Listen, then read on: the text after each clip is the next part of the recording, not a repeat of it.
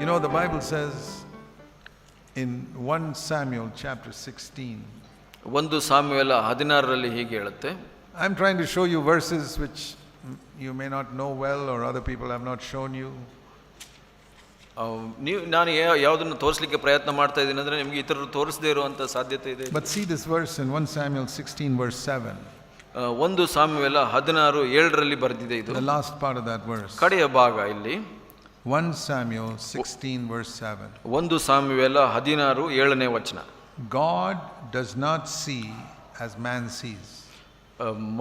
ಮನುಷ್ಯರಂತೆ ದೇವರು ಹೊರಗಿನ ತೋರಿಕೆಯನ್ನು ನೋಡುವುದಿಲ್ಲ. No, God does not see as man sees. ಮನುಷ್ಯ ನೋಡಿದಂತೆ ದೇವರು ನೋಡೋದಿಲ್ಲ. No. Man looks at the outward appearance. ಮನುಷ್ಯನು ಹೊರಗಿನ ತೋರಿಕೆಯನ್ನು ನೋಡ್ತಾನೆ. God looks at the heart. ಆದರೆ ದೇವರು ಹೃದಯವನ್ನು ನೋಡ್ತಾನೆ. See this big difference. ಇಲ್ಲಿ ವ್ಯತ್ಯಾಸವನ್ನು ನೋಡಿ. Man looks on the outside. ಮನುಷ್ಯ ಹೊರಗಿನ ಭಾಗವನ್ನು God looks at the heart. ದೇವರು ಹೃದಯವನ್ನು ನೋಡ್ತಾರೆ. Man sees, is the outside of the cup clean? ಮನುಷ್ಯನು ಕಪ್ಪಿನ ಈ ಪಾತ್ರೆಯ ಹೊರಭಾಗ ಶುದ್ಧವಾಗಿದೆಯಾ ಅಂತ. God sees, is the inside clean? ದೇವರು ನೋಡ್ತಾರೆ ಒಳಗಿನ ಭಾಗ ಶುದ್ಧವಾಗಿದೆಯಾ. That's what Jesus told the Pharisees. ಪರಿಸರಿಗೆ ಯೇಸು ಅದೇ ಹೇಳಿದ್ದು. You clean the outside of the cup. ನೀವು ಆ ಪಾತ್ರೆಯ ಹೊರಭಾಗವನ್ನು ಶುದ್ಧಿ ಮಾಡ್ತೀರಾ. For what? ಯಾಕೆ? To show people it's very clean. ಇತರರಿಗೆ ತೋರಿಸಲಿಕ್ಕೆ ಅದು ಶುದ್ಧವಾಗಿದೆ ಅಂತ. Inside is all dirty.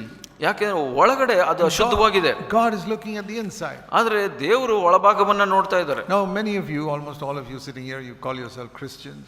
ನೀವು ಬಹಳಷ್ಟು ಜನ ಇಲ್ಲಿ ಕುಳಿತವರೆಲ್ಲ ಕ್ರೈಸ್ತರು ಅಂತ ಹೇಳ್ಕೊಂತೀರಾ ನೀವು. Many of you go to churches that say you must be born again. ನೀವು ಬಹಳಷ್ಟು ಜನ ಸಭೆಗೆ ಹೋಗ್ತೀರಾ, ಅಲ್ಲಿ ಹೊಸದಾಗಿ ಹುಟ್ಟಬೇಕು ಅಂತ ಹೇಳ್ತಾರೆ. And you are proud of the fact that you go to a good church, not some dead church. ಸತ್ತ ಸಭೆಗೆ ಹೋಗೋದಿಲ್ಲ, ಒಳ್ಳೆಯ ಸಭೆಗೆ ಹೋಗ್ತೀನಿ ಅನ್ನೋದ್ರ ಬಗ್ಗೆ ಹೆಚ್ಚಳ ಪಡ್ತೀರಾ. And I'm sure many of you have got a good testimony before your fellow Christians. ನಾನು ನಂಬ್ತೀನಿ ನೀವು ನಿಮ್ಮ ಈ ಸುತ್ತಲೂ ಇರುವಂತ ಕ್ರೈಸ್ತರ ಮಧ್ಯದಲ್ಲಿ ನಿಮಗೆ ಒಳ್ಳೆ ಸಾಕ್ಷಿ, ಹೊರಗಿನ ಒಳ್ಳೆ ಸಾಕ್ಷಿ ಇದೆ ಅಂತ. You're not a murderer or a thief or adulterer or anything like that. ಬೇಬಿಚಾರಿ ಆಗಲಿ, ಕೊಲೆ ಮಾಡಿದವರಾಗಲಿ, ಕಳ್ಳತನ ಮಾಡಿದವರಾಗಲಿ ಅಲ್ಲ ನೀವು. Because the outside of your cup is very clean. ಯಾಕೆ ಅಂದ್ರೆ ನಿಮ್ಮ ಬಟ್ಟಲಿನ ಹೊರಭಾಗ ಶುದ್ಧವಾಗಿದೆ. But have you understood that God does not see that? ನಿಮಗೆ ಅರ್ಥ ಆಗಿದೆಯಾ ದೇವರು ಅದನ್ನ ಮುಖ್ಯವಾಗಿ ನೋಡ್ತಾ ಇಲ್ಲ ಅಂತ? He sees the heart. ದೇವರು ಹೃದಯ ಭಾಗವನ್ನ ನೋಡ್ತಾ ಇದ್ದಾರೆ. And I want to ask you honestly, what is God seeing inside your heart right now? ನಾನು ಪ್ರಾಮಾಣಿಕವಾಗಿ ನಿಮಗೆ ಕೇಳಲಿಕ್ಕೆ ಇಷ್ಟಪಡ್ತೀನಿ, ಇವಾಗ ದೇವರು ನಿಮ್ಮ ಹೃದಯದಲ್ಲಿ ಏನು ನೋಡ್ತಾ ಇದ್ದಾರೆ? What did he see inside your heart last week? ಕಡೆಯ ವಾರದಲ್ಲಿ ನಿಮ್ಮ ಹೃದಯದಲ್ಲಿ ದೇವರು ಏನು ನೋಡಿದ್ರು? Always remember this. ಯಾವಾಗಲೂ ಇದನ್ನ ನೆನಪಿಟ್ಕೊಳ್ಳಿ. Man looks on the outside. ಮನುಷ್ಯನು ಹೊರಭಾಗವನ್ನು ನೋಡ್ತಾನೆ. God looks at the heart. ದೇವರು ಒಳಭಾಗವನ್ನು ಹೃದಯವನ್ನು ನೋಡ್ತಾನೆ. And if you want the approval of men, then you have to be very clean on the outside. ನಿಮಗೆ ಮನುಷ್ಯರ ಸಾಕ್ಷಿ ಮೆಚ್ಚುಗೆ ಬೇಕು ಅಂದ್ರೆ ನೀವು ಹೊರಗಿನ ಜೀವಿತ ಚೆನ್ನಾಗಿ ಇಟ್ಕೊಳ್ಳಿ. If you want the approval of God, ನಿಮಗೆ ದೇವರ ಮೆಚ್ಚುಗೆ ಬೇಕು ಅಂದ್ರೆ then you have to be careful about the inside. ನೀವು ಒಳಗಿನ ಜೀವಿತದ ಬಗ್ಗೆ ಗಂಭೀರವಾಗಿರಬೇಕು, ಜಾಗರೂಕವಾಗಿರಬೇಕು. It's like two different subjects in examination. ಇಲ್ಲಿ ಎರಡು ಪ್ರತ್ಯೇಕ ವಿಷಯಗಳು ಒಂದು ಪರೀಕ್ಷೆಯಲ್ಲಿರೋ ಹಾಗೆ. Okay, mathematics and science. ಒಂದು ಗಣಿತ ಮತ್ತು ವಿಜ್ಞಾನ. So supposing the qualification for a job is how much did you get in mathematics?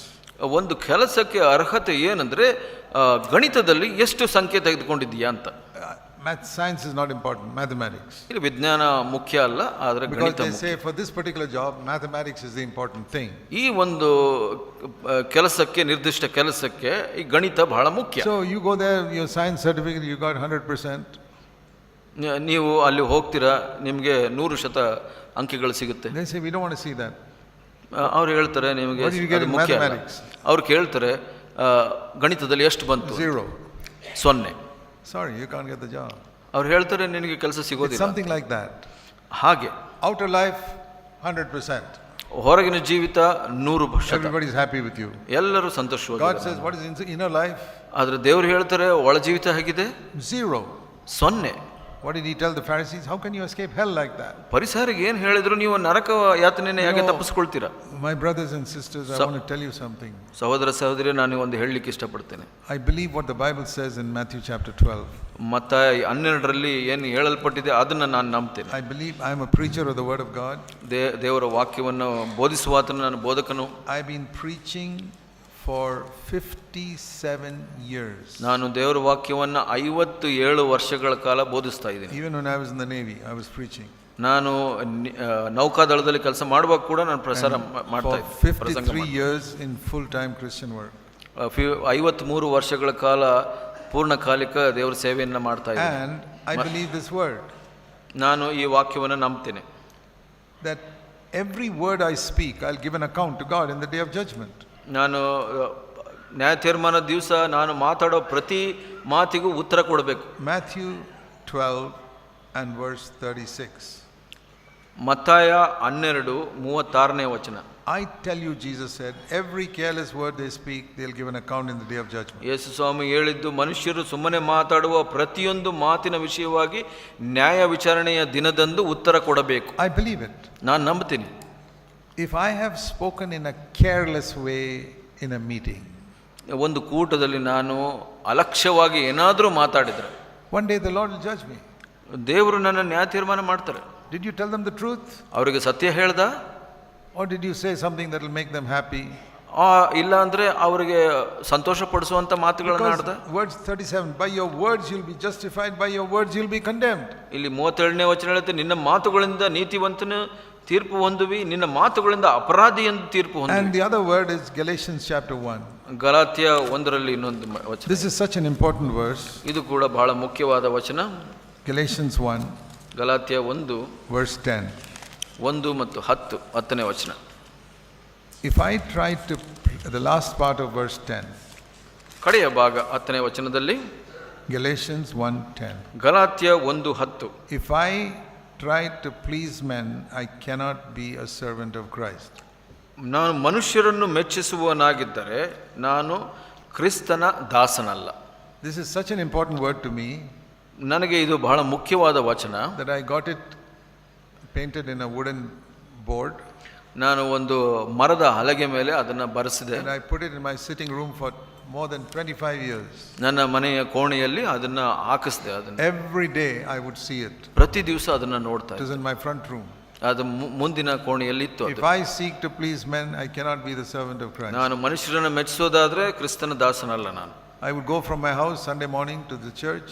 ಭಾನುವಾರ ಬೆಳಿಗ್ಗೆ ಸಭೆಗೆ ಹೋಗುವಾಗ ನಾನು ನೋಡ್ತೀನಿ. And I would read, if you seek to please men today, you cannot be the servant of Christ. ನಾನು ನೋಡ್ತೀನಿ ಅದನ್ನ, ನೀನು ಮನುಷ್ಯನ ಮೆಚ್ಚಿಸೋದಾದ್ರೆ ನನ್ನ ಸೇವಕನಲ್ಲ ಅಂತ. Every day I would see it. ಪ್ರತಿ ದಿವಸ ನಾನು ಅದನ್ನು ನೋಡ್ತಾ ಇದ್ದೆ. Now I don't need it because it's written inside my head there. ನನಗೆ ಅದು ಅಲಗೆ ಬೇಕಾಗಿಲ್ಲ, ಇವಾಗ ನನ್ನ ಮನಸ್ಸಿನಲ್ಲಿ ಬರೆಯಲ್ಪಟ್ಟಿದೆ ಅದು. If I seek to please men, I cannot be a servant of Christ. ನಾನು ಮನುಷ್ಯರನ್ನ ಮೆಚ್ಚಿಸೋದಾದ್ರೆ ದೇವರ ಸೇವಕನಲ್ಲ. That means if I try to tell you something that will make you happy, ಅದರ ಅರ್ಥ ಏನಂದ್ರೆ, ನಿಮಗೆ ಸಂತೋಷ ಪಡಿಸೋದನ್ನ, ನೀವು ಮೆಚ್ಚಿಕೊಳ್ಳುವಂಥದ್ದನ್ನ ನಾನು ಮಾತಾಡಿದ್ರೆ, I don't speak the truth of God. ನಾನು ಸತ್ಯ, ದೇವರ ಸತ್ಯವನ್ನ ಮಾತಾಡಿಲ್ಲ I am not ಅಂದ್ರೆ a servant of Christ. ನಾನು ಕ್ರಿಸ್ತನ ದಾಸನಲ್ಲ. I am a servant of men. ನಾನು ಮನುಷ್ಯರ ದಾಸನು. I am serving you to get honor from you. ನಿಮ್ಮನ್ನು ಸೇವೆ ಮಾಡ್ತಾ ಇದ್ದೀನಿ, ನಿಮ್ಮಿಂದ ಗೌರವ ಪಡ್ಕೊಳ್ಳಿಕ್ಕೆ. Like some preachers to get money. ಈ ತರ ಕೆಲವರು ಸೇವಕರು ಅವರ ಹಣಕ್ಕೋಸ್ಕರ ಪ್ರಸಂಗ ಮಾಡ್ತಾರೆ. I have never taken money for my preaching for more than 40 years. 40 ವರ್ಷಕ್ಕಿಂತ ಹೆಚ್ಚು ನಾನು ಯಾವತ್ತೂ ನನ್ನ ಪ್ರಸಂಗಕ್ಕಾಗಿ ಹಣ ತೆಗೆದುಕೊಂಡಿಲ್ಲ. But I may want your honor. ಆದ್ರೆ ನನಗೆ ನಿಮ್ ಗೌರವದ ಬೇಕು ಅಂತ ಬಯಸ್ತೀನಿ. money or honor from men, I cannot be the servant of Christ. ನಾನು ಇದರಿಂದ ಹಣವನ್ನಾಗ್ಲಿ ಗೌರವವನ್ನಾಗ್ಲಿ ಬಯಸೋದಾದ್ರೆ ಕ್ರಿಸ್ತನ ದಾಸನಲ್ಲ. So I have to speak the truth. ಅದರಿಂದ ನಾನು ಸತ್ಯವನ್ನ ಮಾತಾಡಬೇಕು. And the truth is, man looks on the outward appearance, God looks at the heart. ಸತ್ಯ ಏನಂದ್ರೆ, ಮನುಷ್ಯ ಹೊರಗಿನ ಭಾಗವನ್ನು ನೋಡ್ತಾನೆ, ಆದ್ರೆ ದೇವರು ಹೃದಯವನ್ನು ನೋಡ್ತಾನೆ. What I'm trying to say is, my dear brothers and sisters, take sin seriously. ನಾನು ಏನು ಹೇಳಲು ಪ್ರಯತ್ನ ಮಾಡ್ತಾ ಇದ್ದೇನೆ, ಪ್ರಿಯ ಸಹೋದರ ಸಹೋದರಿಯರೇ, ಪಾಪವನ್ನು ಗಂಭೀರವಾಗಿ ತೆಗೆದುಕೊಳ್ಳಿ. The lot of people take sin very lightly nowadays. ಬಹಳಷ್ಟು ಜನ ಇಂದಿನ ದಿವಸಗಳಲ್ಲಿ ಪಾಪವನ್ನ ಗಂಭೀರವಾಗಿ ತೆಗೆದುಕೊಳ್ತಾ ಇಲ್ಲ. You know why? Because they are spiritually illiterate. ಅವರು ಯಾಕೆಂದ್ರೆ ಅವರು ಆತ್ಮಿಕವಾಗಿ ಅವಿದ್ಯಾವಂತರು. We say in India, in the villages, many women are illiterate. ನಾವು ಭಾರತ ದೇಶದಲ್ಲಿ ಹಳ್ಳಿಗಳಲ್ಲಿ ಹೆಚ್ಚು ಮಹಿಳೆಯರು ಅವಿದ್ಯಾವಂತರು ಅಂತ. There's a difference between educated people and people who can't read or write. ಇಲ್ಲಿ ವ್ಯತ್ಯಾಸವಿದೆ. ವಿದ್ಯಾವಂತರು, ಓದ್ಲಿಕ್ಕೆ ಬರಲಿಕ್ಕೆ ಬರದೇ ಇರುವಂತವರು. You tell an educated person, ಒಬ್ಬ ವಿದ್ಯಾವಂತನಿಗೆ ನೀವು ಹೇಳಿ, Doctor says, ವೈದ್ಯರು ಹೀಗೆ ಹೇಳ್ತಾರೆ, sir, you have got 4th stage cancer. ಅವರಿಗೆ ಹೋಗಿ ವಿದ್ಯಾವಂತನಿಗೆ ನೀವು ವೈದ್ಯರು ಹೇಳಿದ್ದಾರೆ ನಿಮಗೆ 4ನೇ ಮಟ್ಟದ cancer ವೃದ್ಧಿಯಾಗಿದೆ. You will not be able to sleep that night. ಆ ವ್ಯಕ್ತಿ ನೀವು ಆ ಸಮಯದಲ್ಲಿ ನಿದ್ರೆ ಮಾಡೋದಿಲ್ಲ. I have got 4th stage cancer. ನನಗೆ ಬಹಳ ಹೆಚ್ಚಿನ ಕ್ಯಾನ್ಸರ್ ಬಂದ್ಬಿಟ್ಟಿದೆ ಅಂತ. Why are you disturbed? ಯಾಕೆ ನಿಮಗೆ ಕಷ್ಟ ಆಗ್ತಾ ಇದೆ? Because you are educated. ಯಾಕೆ ಅಂದ್ರೆ ನೀವು ವಿದ್ಯಾವಂತರು, ಅದರ ಅರಿವಿದೆ. You go to the village and tell some uneducated, illiterate woman. ಯಾವುದೋ ಒಂದು ಹಳ್ಳಿನಲ್ಲಿ ಒಂದು ಹೆಣ್ಣಿಗೆ, ಮಹಿಳೆಗೆ ಏನೂ ಓದದೇ ಇರೋ ಅವಿದ್ಯಾವಂತಳಿಗೆ, You have got 4th stage cancer. ನಿಮಗೆ ಹಾಗೆ 4th ಸ್ಟೇಜ್ ಕ್ಯಾನ್ಸರ್ ಇದೆ ಅಂತ ಹೇಳಿದ್ರೆ, You say, oh really? ಹೌದಾ ಅಂತ ಅನ್ಕೊಂತಾರೆ. And she'll sleep peacefully at night. ಅವ್ರು ಏನು ಚಿಂತೆ ಮಾಡದೆ ಆರಾಮಾಗಿ ಮಲ್ಕೊಂತಾರೆ ಅವರು. What is the difference between you and her? ನಿಮಗೂ ಆಕೆಗೂ ವ್ಯತ್ಯಾಸ ಏನು? She's not educated. ಆಕೆ ಅವಿದ್ಯಾವಂತಳು, You are educated. ನೀವು ವಿದ್ಯಾವಂತರು. Now, spiritually it's like that. ಆತ್ಮಿಕವಾಗಿ ಹಾಗೆ. Those who are spiritually educated take the word of God seriously. ಯಾರು ಆತ್ಮಿಕವಾಗಿ ವಿದ್ಯಾವಂತರಾಗಿರ್ತಾರೆ ದೇವರ ವಾಕ್ಯವನ್ನ ಗಂಭೀರವಾಗಿ The ತೆಗೆದುಕೊಳ್ತಾರೆ. soul that sins, it will die. ಇಲ್ಲಿ ವಾಕ್ಯ ಹೇಳುತ್ತೆ, ಯಾವ ಪ್ರಾಣ ಪಾಪವನ್ನು ಮಾಡ್ತಾರೆ ಅದು ಸಾಯುತ್ತೆ. They are educated and they really spiritually educated. They tremble at God's word. ಆತ್ಮಿಕವಾಗಿ ವಿದ್ಯಾವಂತರು ದೇವರ ವಾಕ್ಯವನ್ನ ನೋಡಿ ನಡುಗ್ತಾರೆ. But many Christians are spiritually uneducated. ಬಹಳಷ್ಟು ಕ್ರೈಸ್ತರು ಆತ್ಮಿಕವಾಗಿ ಅವಿದ್ಯಾವಂತರು. You tell them the soul that sins will die.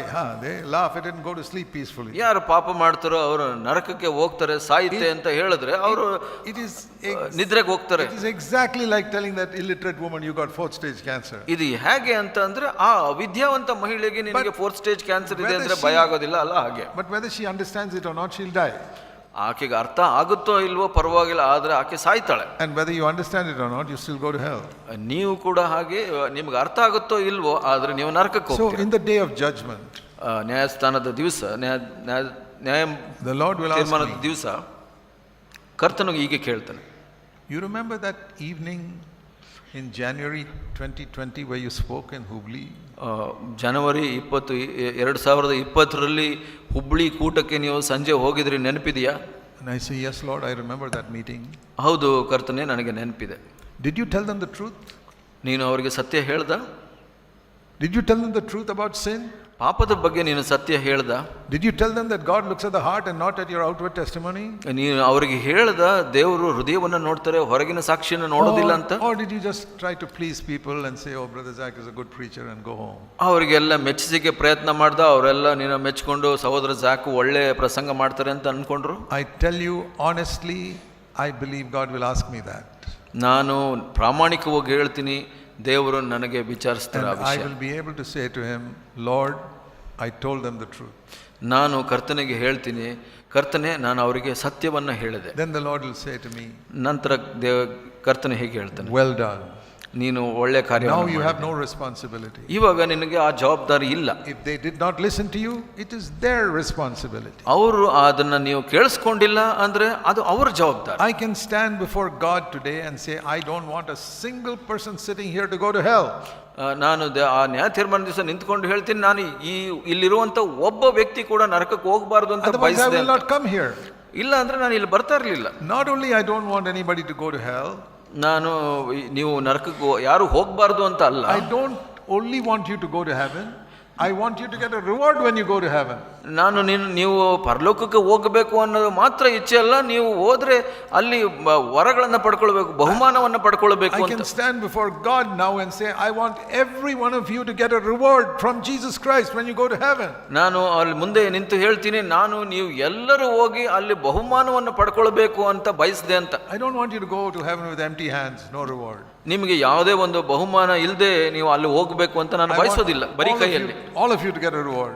ನಾನು ಬಯಸ್ತೀನಿ ನೀವು ಎಲ್ಲರೂ ಆ ಒಂದು ಬಹುಮಾನವನ್ನು ಪಡ್ಕೊಳ್ಬೇಕು. If you want to get that reward, start with this simple ABC of the Christian life. ಅಲ್ಲಿ ನೀವು ಬಹುಮಾನವನ್ನು ಪಡ್ಕೊಳ್ಬೇಕು ಅಂದ್ರೆ ಕ್ರಿಸ್ತಿಯ ಜೀವಿತದ ಈ ಅ ಆ ಇ ಅನ್ನು ಕಲಿತುಕೊಳ್ಳಿ. The children when they go to kindergarten, they learn ABC. ಮಕ್ಕಳು ಶಿಶು ವಿಹಾರಕ್ಕೆ ಹೋದಾಗ ಅ ಆ ಇ ಕಲಿತ್ಕೊಳ್ತಾರೆ. Same way, here's the ABC of the Christian life. ಕ್ರಿಸ್ತಿಯ ಜೀವಿತದ ಅ ಆ ಇ ಇದು. Are you ready? ಸಿದ್ಧರಿದ್ದೀರಾ to learn it? ಅದನ್ನು ಕಲೀಲಿಕ್ಕೆ This is the ABC. ಇದು ಅದು ಕ್ರಿಸ್ತಿಯ ಜೀವಿತದ Man looks on the outward appearance, God looks at your heart. ಮನುಷ್ಯ ಹೊರಗಿನ ತೋರಿಕೆಯನ್ನ ನೋಡ್ತಾನೆ, ಆದ್ರೆ ದೇವರು ಹೃದಯವನ್ನ ನೋಡ್ತಾನೆ. Don't try to study other doctrines and all before you learn ABC. ಈ ಒಂದು ABC ಈ ಕಲಿಯೋ ಮೊದಲು ಬೇರೆ ಬೋಧನೆಗೆಲ್ಲ ಕಲಿಯಕ್ಕೆ ಹೋಗ್ಬೇಡಿ. This is the first thing you need to learn. ಇದು ಮೊದಲನೇದಾಗಿ ಕಲ್ತ್ಕೊಳ್ಬೇಕಾದದ್ದು. Have you learnt it? ಅದನ್ನ ಕಲ್ತಿದ್ದೀರಾ? Do you live every day recognizing God looks at your heart and not what you are on the outside? ಪ್ರತಿ ದಿವಸ ನೀವು ಹೀಗೆ ಜೀವಿಸ್ತೀರಾ, ದೇವರು ಹೃದಯವನ್ನ ನೋಡ್ತಾರೆ, ಹೊರಗಿನ ತೋರಿಕೆಯನ್ನಲ್ಲ ಅಂತ. Not the impression you're giving to others of how holy you are and how good Christian you are. ಬೇರೆಯವರು ಏನಂತಾರೆ, ಯಾವ ತರದ ನೀವು ಸಾಕ್ಷಿಯನ್ನ ಕೊಡ್ತಾ ಇದ್ದೀರಾ ಬೇರೆಗೆ, ಎಷ್ಟು ಶುದ್ಧನೋ ಪರಿಶುದ್ಧನೋ ಅಂತ ಹೇಳ್ತಾರೆ ಅಂತ, ಅದು ಮುಖ್ಯ ಅಲ್ಲ. Sometimes even your wife knows what type of person you are. ಕೆಲವು ಸಲ ನಿಮ್ಮ ಹೆಂಡತಿಗೆ ಗೊತ್ತಿರುತ್ತೆ ನೀವು ಯಾವ ತರದ ವ್ಯಕ್ತಿ ಅಂತ. Not only God, your wife also knows. ದೇವರು ಮಾತ್ರ ಅಲ್ಲ, ನಿಮ್ಮ ಹೆಂಡತಿಗೂ ಗೊತ್ತಿರುತ್ತೆ. I heard a story once. ಒಂದ್ಸಲ ಒಂದು ಕತೆ ಕೇಳಿದೆ of a preacher who was preaching a very high standard of holiness. ಒಬ್ಬ ಪ್ರಸಂಗಿ ಬಹಳ ಪವಿತ್ರತೆ ಬಗ್ಗೆ ಬಹಳ ದೊಡ್ಡದಾಗಿ ಮಾತಾಡ್ತಾ ಇದ್ದ. His wife was sitting there. ಹೆಂಡತಿ ಅಲ್ಲಿ ಕುಳಿತುಕೊಂಡಿದ್ಲು. And she said, John, don't forget I'm sitting here, I'm listening to you. John, ಮರಿಬೇಡ, ನಾನು ಇಲ್ಲಿ ಕುಂತ್ಕೊಂಡಿದ್ದೀನಿ ಅಂತ ಹೇಳಿದ್ಲು. I know you don't live like that. ಆ ಥರ ಜೀವಿಸಬೇಡಿ. Your wife may not be so bold to say that. She may be so loyal to you that she'll keep quiet. ನಿಮ್ಮ ಹೆಂಡತಿ ಹಾಗೆ ಹೇಳದೇ ಇರಬಹುದು, ಆಕೆ ನಿಮಗೆ ಯಥಾರ್ಥಳಾಗಿರ್ಬೋದು. But your wife knows how you live at home. ಆದ್ರೆ ನಿಮ್ಮ ಹೆಂಡತಿಗೆ ಗೊತ್ತಿರುತ್ತೆ ನೀವು ಹೇಗೆ ಜೀವಿಸ್ತೀರಾ. God knows much more. ದೇವರಿಗೆ ಅದಕ್ಕಿಂತ ಹೆಚ್ಚಾಗಿ ಗೊತ್ತು. I tell you, sin is more serious than cancer. ಪಾಪ ಅನ್ನೋದು ಕ್ಯಾನ್ಸರ್ಗಿಂತ ಗಂಭೀರವಾದದ್ದು. There's another disease nowadays called AIDS. ಇನ್ನೊಂದು ಕಾಯಿಲೆ ಇತ್ತೀಚಿನ ದಿನಗಳಲ್ಲಿ ಇದೆ, ಏಡ್ಸ್ ಅಂದ್ಬಿಟ್ಟು. Cancer, some people are cured. ಕ್ಯಾನ್ಸರ್ನಲ್ಲಿ ಕೆಲವರಿಗೆ ಗುಣ ಹೊಂದ್ತಾರೆ. AIDS, nobody is cured. ಏಡ್ಸ್ನಲ್ಲಿ ಯಾರು ಆರೋಗ್ಯವನ್ನು ಹೊಂದಿಲ್ಲ, ಸ್ವಸ್ಥತೆಯನ್ನು ಹೊಂದಿಲ್ಲ. Worst disease, it's a sexual disease, worst disease of all. ಒಂದು ಲೈಂಗಿಕ ಕಾಯಿಲೆ, ಅದು ಎಲ್ಲದಕ್ಕಿಂತ ಬಹಳ ಗಂಭೀರವಾದ ಕಾಯಿಲೆ. It is one way of God saying sexual sin is a terrible sin. That's why I have made this worst disease a sexual sin. ಒಂದು ತರದಲ್ಲಿ ದೇವರು ಹೇಳುವಂತ ರೀತಿ ಏನಂದ್ರೆ, ಲೈಂಗಿಕ ಪಾಪ ಬಹಳ ಗಂಭೀರವಾದದ್ದು, ಅದಕ್ಕಾಗಿ ಇದು ಇಂಥ ಕಾಯಿಲೆಯನ್ನು ಅನುಮತಿಸಿದ್ದೀನಿ ಅಂತ. And there's no cure for it. ಅದಕ್ಕೆ ಒಂದು ಸ್ವಸ್ಥತೆ ಇಲ್ಲ. Well, let me tell you, sin is worse than AIDS. ಅದಕ್ಕಿಂತ ಗಂಭೀರವಾದದ್ದು ಪಾಪ. I believe that. ನಾನು ನಂಬುತ್ತೇನೆ. If God gives me a choice between sin and AIDS, I say AIDS any day. I can still go to heaven. ದೇವರು ನನಗೆ ಆಯ್ಕೆಯನ್ನು ಕೊಟ್ಟರೆ, ನಿನಗೆ ಪಾಪ ಆರಿಸ್ಕೊಳ್ತೀಯಾ ಏಡ್ಸ್ ಆರಿಸ್ಕೊಳ್ತೀಯ ಅಂದರೆ ನಾನು ಏಡ್ಸ್ ಆರಿಸ್ಕೊಳ್ತೀನಿ. ಯಾಕೆ ಅಂದರೆ ಅದು ಬಂದ್ರೂ ನಾನು ಸ್ವರ್ಗಕ್ಕೆ ಹೋಗ್ಲಿಕ್ಕೆ ಸಾಧ್ಯತೆ ಇದೆ. There's a family that came to one of our CFC churches. CFC ಸಭೆಗೆ ಒಂದು ಕುಟುಂಬ ಬಂದರು. In a small town. ಇಂದು ಚಿಕ್ಕ ಪಟ್ಟಣದಲ್ಲಿ. They got AIDS in their unconverted days. ಅವರಿಗೆ ಒಂದು ಏಡ್ಸ್ ವ್ಯಾಧಿ ಬಂದಿತ್ತು ಅವರ ಪರಿವರ್ತನೆ ಆಗೋ ಮೊದಲು. Before they were married also. ಮದುವೆ ಆಗೋದಕ್ಕೆ ಮೊದಲೇ. And they were in some other religion. ಯಾವುದೋ ಒಂದು ಬೇರೆ ಧರ್ಮದಲ್ಲಿ. And they got this sickness. ಈ ಒಂದು ಕಾಯಿಲೆ ಅವರಿಗೆ. And then they got married. ನಂತರ ಮದುವೆ ಆಗಿದ್ರು. Then they got converted. They accepted Christ. ನಂತರ ಅವರು ಪರಿವರ್ತನೆ ಹೊಂದಿ ಕ್ರಿಸ್ತನನ್ನು ಸ್ವೀಕರಿಸಿದ್ರು. And they came to our church. ನಮ್ಮ ಸಭೆಗೆ ಬಂದರು ಅವರು. So they were really born again. ಅವರು ನಿಜವಾಗಿ ಹೊಸದಾಗಿ ಹುಟ್ಟಿದ್ರು. Baptism. ಅವರು ದೀಕ್ಷಾ ಸ್ನಾನವನ್ನು ತೆಗೆದುಕೊಂಡರು. But AIDS is such a sickness that can even be transmitted by the spit in our mouth. AIDS ಅನ್ನೋದು ಬಹಳ ಗಂಭೀರವಾದ ಕಾಯಿಲೆ, ಅದು ಒಂದು ಉಗುಳಿನಿಂದ ಕೂಡ ಹರಡುವಂಥ ಸಾಧ್ಯತೆ ಇದೆ. So we could not give them the breaking of bread and the cup in the main meeting. ನಾವು ಅವರಿಗೆ ಆ ಒಂದು ರೊಟ್ಟಿ ಮುರಿಯೋದನ್ನ ಕೊಡ್ಲಿಕ್ಕಾಗಲಿಲ್ಲ ಸಭೆಯಲ್ಲಿ. We would give it to them separately in the room for themselves. ಅವರಿಗೆ ಮಾತ್ರ ಒಂದು ಕೊಠಡಿಯಲ್ಲಿ ಕೊಡ್ತಾ ಇದ್ದು. If they touch it and somebody else touches it, it can cause problems. ಮುಟ್ಟಿ ಇತರರಿಗೆ ಹರಡುವಂತ ಸಾಧ್ಯತೆ ಇದೆ ಅಂತ. They finally died. ಕೊನೆಗೆ ಅವರು ಸತ್ರು. But they went to heaven. ಪರಲೋಕಕ್ಕೆ ಹೋದ್ರು ಅವರು. I will see them in heaven. ನಾನು ಅವರನ್ನ ಪರಲೋಕದಲ್ಲಿ ನಾನು ನೋಡ್ತೀನಿ. AIDS cannot send you to hell. AIDS ಯಾರನ್ನೂ ನರಕಕ್ಕೆ ಕಳಿಸೋದಿಲ್ಲ. If you are born again. ಹೊಸದಾಗಿ ಹುಟ್ಟಿದ್ರೆ. But sin. ಆದರೆ ಪಾಪ. Even if you have no sickness. ನಿಮಗೆ ಯಾವುದೇ ಒಂದು ಕಾಯಿಲೆ ಇಲ್ಲ ಅಂದ್ರೆ. Sin is what ಅಂದ್ರೂ sends people to hell. ಆ ಒಂದು ಪಾಪ ನಿಮ್ಮನ್ನ ನರಕಕ್ಕೆ ಕಳಿಸೋ ಸಾಧ್ಯತೆ ಇದೆ. So my brothers and sisters. ನನ್ನ ಸಹೋದರ ಸಹೋದರಿಯರೇ. Please take the word of God seriously. ದೇವರ ವಾಕ್ಯವನ್ನು ಗಂಭೀರವಾಗಿ ತೆಗೆದುಕೊಳ್ಳಿ ದಯವಿಟ್ಟು. There are many preachers preaching about many things. ಬಹಳಷ್ಟು ಪ್ರಸಂಗಿಗಳು ಬಹಳಷ್ಟು ವಿಷಯಗಳನ್ನು ಬೋಧಿಸ್ತಾರೆ. God has commissioned me ದೇವರು ನನಗೆ ಆರಿಸಿಕೊಂಡಿದ್ದಾರೆ to preach to his people to stop sinning. ತನ್ನ ಜನರಿಗೆ ಇದನ್ನು ಬೋಧನೆ ಮಾಡಲಿಕ್ಕೆ, ಯಾರು ಪಾಪ ಮಾಡಬಾರದು ಅಂತ ಬೋಧನೆ ಮಾಡಲಿಕ್ಕೆ ನನ್ನನ್ನು ಆರಿಸಿದ್ದಾರೆ. Hate sin. ಪಾಪವನ್ನು ಹಗೆ ಮಾಡಬೇಕು. Pray to God, ದೇವರನ್ನ ಪ್ರಾರ್ಥಿಸಿ, Lord, give me the power of your Holy Spirit, ನಿನ್ನ ಪವಿತ್ರಾತ್ಮನ ಬಲವನ್ನು ನನಗೆ so ಕೊಡಿಸು. that I will not sin. ನಾನು ಪಾಪ ಯಾವಾಗಲೂ ಮಾಡಬಾರದು. I want to tell you another thing. ಇನ್ನೊಂದು ವಿಷಯ ನಿನಗೆ You ಹೇಳಲಿಕ್ಕೆ ಇಷ್ಟಪಡ್ತೀನಿ. cannot stop sinning with your own power. ನಿಮ್ಮ ಸ್ವಂತ ಬಲದಿಂದ ಪಾಪವನ್ನು ನಿಲ್ಲಿಸಲಿಕ್ಕೆ ಸಾಧ್ಯ. That's why you must pray to God and say, Lord, give me the power of the Holy Spirit to stop sinning in my heart. ಅದಕ್ಕಾಗಿ ನೀವು ಕರ್ತನಲ್ಲಿ ಪ್ರಾರ್ಥನೆ ಮಾಡಬೇಕು, ಪವಿತ್ರಾತ್ಮನ ಬಲವನ್ನು ಕೊಡು, ನನ್ನ ಹೃದಯದಲ್ಲಿ ನಾನು ಪಾಪ ಮಾಡಬಾರದು ಅಂತ. And all of you should pray that prayer. ಎಲ್ಲರೂ ಆ ಪ್ರಾರ್ಥನೆಯನ್ನು ಮಾಡಬೇಕು. Please do that when you go to bed tonight. ಇವತ್ತು ನೀವು ಮಲಗಲು ಹೋದಾಗ ಆ ಪ್ರಾರ್ಥನೆಯನ್ನು ಮಾಡಿ.